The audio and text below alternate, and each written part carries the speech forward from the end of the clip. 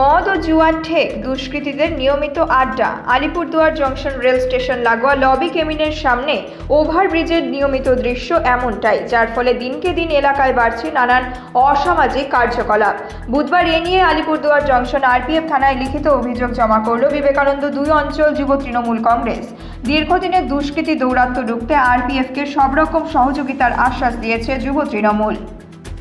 আজকে আমরা বিবেকানন্দ 2 তৃণমূল যুব কংগ্রেসের পক্ষ থেকে আমাদের যে ওভারব্রিজ আছে রেলের, সেখানে অনেক সময় দুষ্কৃতিমূলক কাজ হচ্ছে, যেখানে বিভিন্ন ধরনের নেশাপাতি দিন পর দিন বাড়ছে। এই বিষয় নিয়ে আমরা আজকে আরপিএফ অফিসে অভিযোগ জানাতে আসছিলাম। নেশাপাতি বলতে হচ্ছে মদ খাওয়া, ওইখানে বোতল ভাঙাভাঙি করে, মদ খাওয়া, ওইখানে মদের বোতল যেগুলো থাকে ওগুলো সব রেলিংয়ের উপরে রেখে দেওয়া হয়। তাতে সাধারণ মানুষের অনেক অসুবিধা হচ্ছে, কারণ আপনারা সকলেই জানেন যে ওই ওভারব্রিজে সাধারণ মানুষ থেকে আরম্ভ করে ফ্যামিলিগত সব ধরনের মানুষ ওখানে হাঁটাচলা করে।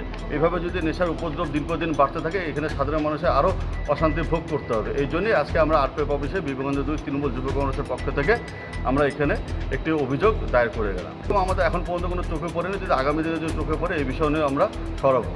আলিপুরদুয়ার থেকে সমু দাসের রিপোর্ট, নিউজ মেট্রো।